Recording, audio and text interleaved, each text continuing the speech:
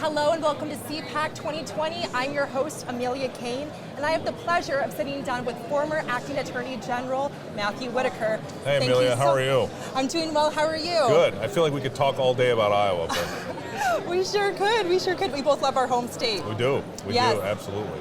Now the first question I want to ask you is this. What was your initial reaction when the Mueller probe was being put together to investigate Donald Trump?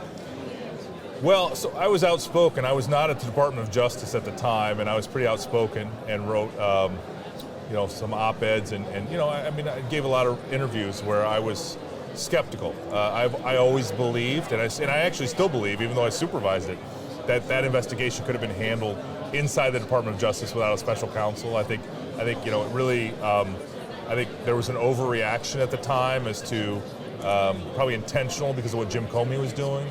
That forced a special counsel to be appointed, but I don't think it was necessary. I think a U.S. attorney or even the criminal division could have handled that investigation ultimately. Now, okay, so Judicial Watch recently filed an amicus curiae brief with the state of Maryland, and we were defending you in that brief. Well, thank you. Yes, of course. So, and the Attorney General in Maryland was attacking you. What do you have to say in response to that? Well, so all I can say is it was an honor of a lifetime to be the Acting Attorney General, and at the same time, I served ethically and with honor as every Attorney General should serve, and I have, no concerns, that my appointment was legitimate. Fundamentally, I don't worry about those things. I knew I had a job to do. It was a very difficult time after Jeff Sessions suddenly resigned.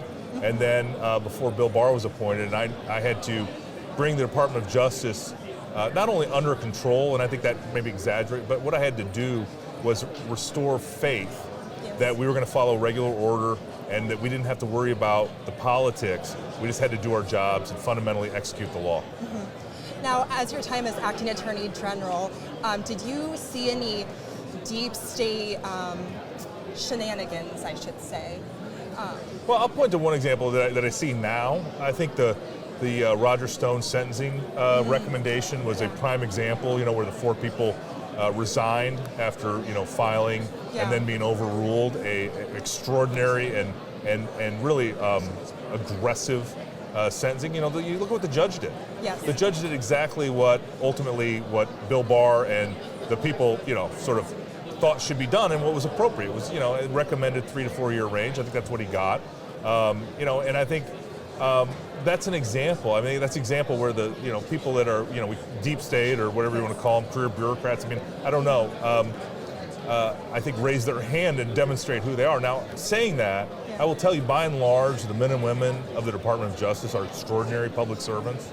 The FBI, DEA, ATF, and U.S. Marshals are some of the most heroic public citizens I've seen. Yes. Are there bad apples? Are there bad actors? Certainly. Yes. It's 110,000 people in that organization. It's a massive, massive organization. But by and large, the people I work with day in and day out were patriots and were willing to give their life for their country, and I think they're just extraordinary.